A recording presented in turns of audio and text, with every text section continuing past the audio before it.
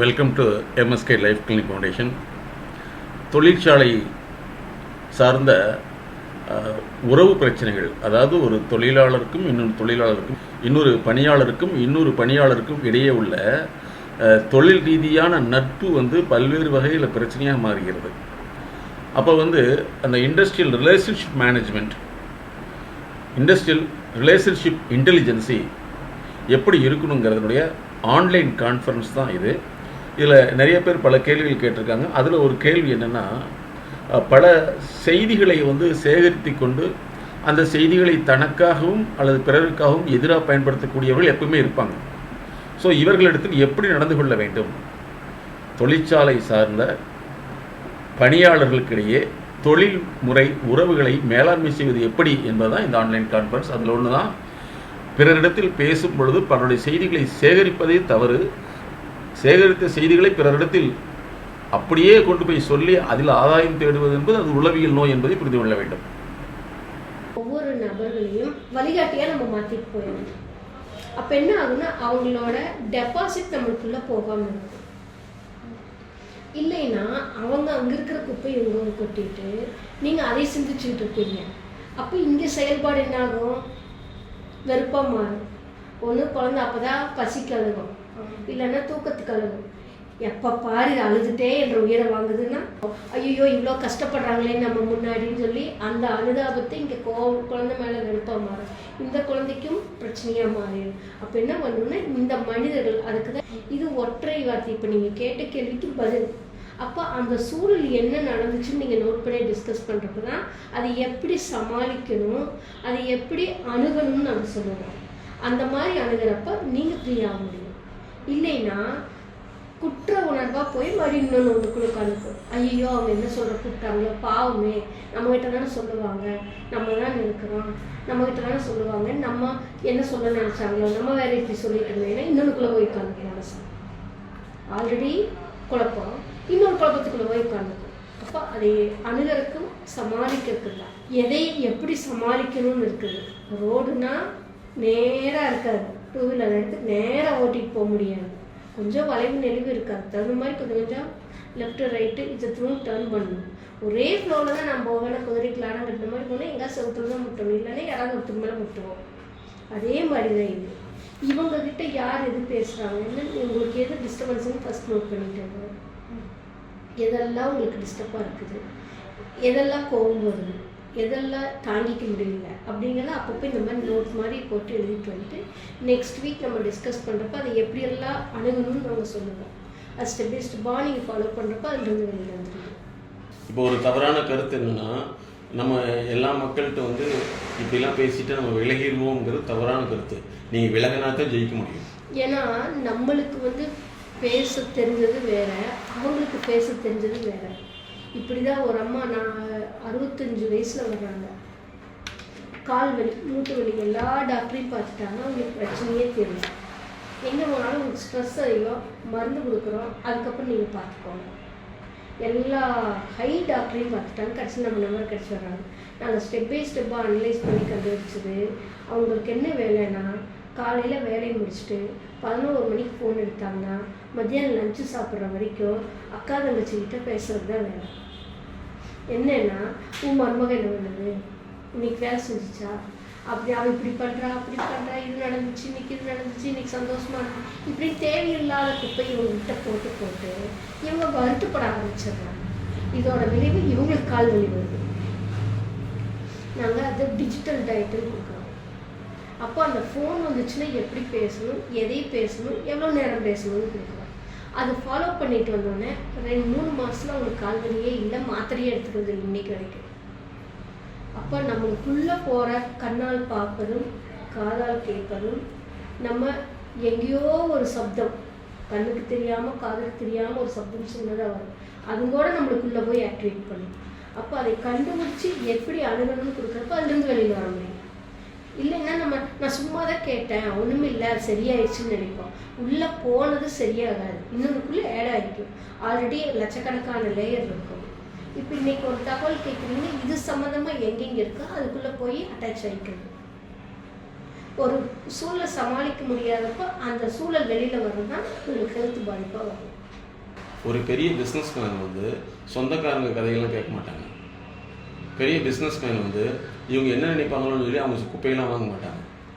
Business இவங்க வளர்ச்சிக்கு தான் பார்ப்பாங்க. அப்போ நம்ம வந்து ஏன் வந்து இந்த உறவுங்கிற பேரில் வந்து நம்ம நிறைய பேருடைய குப்பைகளை வாங்கிட்டு அந்த குப்பையோடு சேர்ந்து நம்மளுடைய குப்பையை கொட்டிட்டு குப்பை கூட்டும் அல்லது குப்பையை எடுக்கும் ஒரு துறையை வந்து நம்ம உருவாக்கக்கூடாது. சரியா? ஏன்னா நம்மகிட்ட பேசக்கூடியவங்க, நம்மகிட்ட தொடர்பு வச்சுக்கூடியவங்க வளர்ச்சி சார்ந்து ஏதாவது பேசுகிறாங்களா? நாங்கள் அடிக்கடி சொல்கிறது உங்கள் உறவினர்கள் உங்களுடைய வளர்ச்சிக்காக ஏதாவது சொல்கிறாங்களா? அல்லது உங்களுடைய உறவினர்கள் வந்து நான் வளர்ச்சிக்கான இந்த மாதிரி ஒரு கன்சல்டன்சி ஆலோசனை இருக்குது நீ போய் எடுத்துக்கன்னு சொல்கிறாங்களா அப்படின்னு சொல்ல மாட்டாங்க. அவங்க தன்னுடைய பெருமையை சொல்லுவாங்க, தன்னுடைய பொருளை வாங்கிட்டு வந்து பெருமையை சொல்லுவாங்க. அதுக்கடுத்து உனக்கு எது உங்கள் வீட்டில் இருக்குதுன்னு கேட்பாங்க. வளர்ச்சிக்கான எந்த உறவுகளும் எந்த விஷயத்தையும் சொல்லாது அப்படிங்கிறத புரிஞ்சுக்கிட்டவங்க தான் பிஸ்னஸ்மேன் வந்து ரிலேஷன்ஷிப் வேறு வச்சுக்குவாங்க. அந்த ரிலேஷன்ஷிப் எதுன்னா அவங்களுக்கு தேவையான உதவியை சொல்லிட்டு வெளியே வந்துடுவாங்க. அங்கேயே உட்காந்து அழுதுட்டு இருக்க மாட்டாங்க. நம்ம என்ன செய்யறோம்னா அவங்க கூட தொடர்பு வச்சுட்டு அவங்க கூட பேசிட்டு அவங்க கூட ஜாலிங்கிற பேரில் வந்து குப்பைகளை கேட்டுக்கிட்டு தேவையற்ற விஷயங்களை நம்ம டிஸ்கஸ் பண்ணிட்டு உட்காந்து அதை தவிர்த்துக்கணும். வளர்ச்சிக்கு வந்து நம்மளுடைய வளர்ச்சி சார்ந்த ஆளுகிட்ட தொடர்பு வச்சுக்கணுமே தவிர பிரச்சனை சார்ந்த ஆளுகிட்ட தொடர்புங்கிற பேரில் வந்து அவங்க தப்பாக நினைப்புங்கிற பேரில் வந்து அவங்களுடைய தேவையற்ற பிரச்சனைகளை வந்து உள்வாங்கக்கூடாது. தனிமைங்கிறது வேற, நம்மளை வந்து வளர்த்திக்கிறதுங்கிறது வேற. நம்ம வளர்த்திக்காமல் அடுத்தவங்களோட கூட்டமாக வந்து கூட்டு வாழ்க்கைங்கிற பேரில் வந்து மந்தை வாழ்க்கைங்கிறது வேற. டேக் டைவர்ஷன் ஆகணுமா, கட் பண்ணி விட்டுட்டு வரணுமா?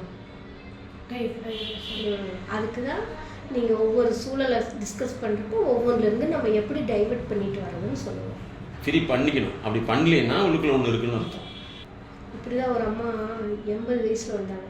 எனக்கு தூக்கமே இல்லை, 40 வருஷமாக மருந்து எடுத்துக்கிறேன் அப்படின்னு. ஒரே ஒரு செயல் தான் அந்த அம்மாவோட 40 வருஷம் தூக்கத்துக்கு பிரச்சனை. கல்யாணமான புதுசில் ஹஸ்பண்டு டிவி பார்த்துட்டு இருக்கிறாரு. அவங்க அண்ணன் வந்து ரிமோட் எடுத்து சேனலை மாற்றிட்டார். அதுக்கு இவர் ஹஸ்பண்ட் என்ன பண்ணுறாரு, டக்குன்னு ரிமோட் எடுத்து சேனல் மாற்றிட்டார். அதுக்கு இந்த அம்மா மனசில் பதிவானது அண்ணன் தப்பாக நினைப்பாரு அப்படிங்கிறது. இது என்ன ஆச்சுன்னா அண்ணன் வர்றப்பெல்லாம் இந்த செயல் நடக்குது. அண்ணனோட குரல் கேட்குறப்பெல்லாம் இந்த டிஸ்டர்பன்ஸ் வருது. தொடர்ந்து அடுத்தடுத்து அண்ணனோட சப்தம், அண்ணன் சார்ந்தவங்க, அண்ணனோட பையனோ ஒய்ஃபோ யாரோட வாய்ஸ் கேட்டாலோ அவங்களோட தகவல் கேட்டாலோ அது டிஸ்டர்பன்ஸாக மாறுது. அண்ணன் தப்பாக நினச்சிட்டாரு, அண்ணன் தப்பாக நினச்சிட்டாரு. ஆனால் ஒரு எந்த செயலுமே இங்கே நடக்கலை. இவங்களுக்குள்ளே போனால் அந்த ஒரு செயல் 40 வருஷமாக சைக்காட்ரிஸ்ட் மருந்து எடுத்துக்கிறாங்க, தூக்கம் வரலைங்கிறது. அப்போ நாங்கள் ஒவ்வொரு இடத்துலையுமே அவங்களுக்கு எப்பெல்லாம் அப்போ எத்தனாயிரம் தடவை ஒரு நாளைக்கு நினச்சிருப்பாங்க. அந்த நினைவை ஒரு நாளைக்கு எத்தனாயிரம் தடவை நினச்சிருப்பாங்க. அவங்களோட என்ன இது வந்தாலும் சமைக்க போகிறப்போ ஐயோ அந்த தப்பா நினச்சிருப்பாரோ அப்படின்னு நினைவு வந்துருக்குமா? அது ஒரே தடவை நினச்சிட்டு விட்டுருப்பாங்களா? இந்த மாதிரி லட்சக்கணக்கான தடவை ஒரு நாளைக்கு நினைக்கிறது தான் ஒரு ஸ்டேஜில் நம்மளுக்கு அது பிரச்சனையாக மாறும். அது உடல் ரீதியாக, மன ரீதியாக. முடக்கும் நம்பிக்கை தான் மூட நம்பிக்கையாக மாறும். அதே மாதிரி தான் நம்மளால் சமாளிக்க முடியாத ஒரு செயல் பிரச்சனையாக மாறிடும். அது ஹெல்த்தாக இருக்கும், இல்லைன்னா மைண்டாக இருக்கும். அதனால் அப்போ நாங்கள் ஸ்டெப் பை ஸ்டெப்பாக ஒவ்வொரு செயலையும் டைல்யூட் பண்ணி அவங்களை நார்மல் பண்ணணும். இப்போ இயல்பு முறையில் அவங்களால தூங்க முடியும். இல்லைன்னா படுத்தா அந்த நினைவு வரும், உட்காந்தா நினைவு வரும், வேலைக்கு போனால் அந்த நினைவு வரும். வேலைக்கு போயிட்டு அங்கே ஒர்க் பண்ணுறப்போ ஐயோ அண்ணன் தப்பாக நினச்சிருப்பாரோ, வரமாட்டாரோ, பேச மாட்டாரோ, ஏதாவது சொல்லிடுவாரோ அப்படின்னு. அப்போ ஒரு நினைவு ஒரே வார்த்தை வெல்லும் கொள்ளும் மாதிரி தான், ஒரே செயல் வெல்லும் கொள்ளும். அப்போ அதை டைல்யூட் பண்ணுறது எப்படி டெவலப்மெண்ட் கொண்டு வரணும். அப்போ நம்ம எங்கெங்கே லாக் ஆகிருக்கிறோன்னு நீங்கள் ஒவ்வொன்றும் நோட் பண்ணிட்டு வரப்போ ஒவ்வொன்றா நம்ம கிளியர் பண்ணுறப்போ டெவலப் ஆக முடியும். போய் மருந்து கொடுத்தா எப்படி கேட்கும்? இப்போது எக்ஸாம்பிளுக்கு பாப்பா சாப்பிடல, கோவம் வருது. இல்லை ரிலேஷன் யாரோ ஒருத்தர் வீட்டு ஒரு ஃபங்க்ஷனுக்கு கூப்பிட்றாங்க, ஒரு டென்ஷன் ஆகுது. டென்ஷன் மீன்ஸு அங்கே எப்படி போகிறது, நம்ம இருக்கிற சூழலுக்கு அங்கே ஓலை இவ்வளோ வைக்கணுமே, எல்லாம் இப்படி வருவாங்க, நம்ம இப்படி போனால் எப்படி இருக்கும், அங்கே போனால் குழந்தைங்களுக்கு ஒரு நல்லா துணி எடுத்து போட்டு போகணும், போட்டதை எப்படி எடுத்து போட்டு போகிறது, இப்படி ஒரு சூழல் வரும். எப்படி பஸ்ஸில் போகிறது, இல்லை எப்படி ட்ரெயினில் போகிறது, எல்லோரும் காரில் வருவாங்க, ஒரு சூழல் ஓடும். இதை நினச்சா தூக்கம் வருமா? தூக்கம் வருமா? ஹஸ்பண்ட் மேலே கோவம் வருமா? கோவம் வரும். அடுத்தது குழந்தைங்களுக்கு சாப்பாடு விட்டு போனால் அவங்க மேலே கோவம் வரும். இதுக்கு தூக்கம் வராது. இதுக்கு போய் நம்ம மருந்து எடுத்துக்கிட்டா எப்படி தூக்கம் வரும்? ஆட்டோமேட்டிக்காக ஹெல்த் டேமேஜ் ஆகும். அப்போ இந்த பிரச்சனையை எப்படி சமாளிக்கணும்? அந்த ஃபங்க்ஷன் போகணும், குழந்தைங்களுக்கு ட்ரெஸ் எடுக்கணும், ஹஸ்பண்டுக்கு நல்லா பணம் வாங்கணும், காரில் போகணும். இந்த நாளுக்கு என்ன வழின்னு எடுத்துட்டோம்னா கிளியர் ஆகிடுமா? இதைத்தான் நாங்கள் கொடுக்குறது. இந்த நாளை எப்படி அணுகணும், எப்படி செஞ்சால் பணம் வரும், எப்படி செஞ்சால் குழந்தைங்களுக்கு ட்ரெஸ் எடுக்கலாம், எப்படி கார் எடுத்துகிட்டு போகலாம், இந்த சூழலை தான் நம்ம செயல்முறைக்கு கொண்டு வரோம். இப்போ கிளியர் ஆயிடுச்சுங்களா? யார்கிட்ட ஒரு பேசி நம்மளை டெவலப் பண்ணுறதுக்கு யாரும் இல்லை. இதே 4 பேர் இருந்தால் கூடி கும்மி அடிச்சுட்டு சொந்தக்காரங்க மத்தியில் ஒரு விசேஷம்னா 4 நாளைக்கு டேரா போட்டு குடும்பத்துக்குள்ளே சிக்கிட்டு இருந்திருப்பீங்க.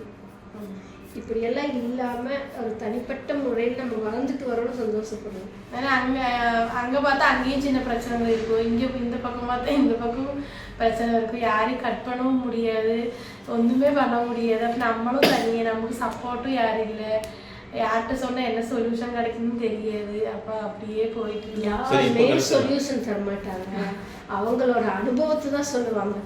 ஆமாம், அப்போ அனுபவம் வேறு, சொல்யூஷன் வேறு. பெரும்பாலும் ஒரு தொழிற்சாலையில் வேலை செய்கிறப்ப தொழிலாளர்களுக்கு இடையே வரக்கூடிய பிரச்சனைகள் அது குடும்பத்தில் பிரச்சனையாக மாறும்.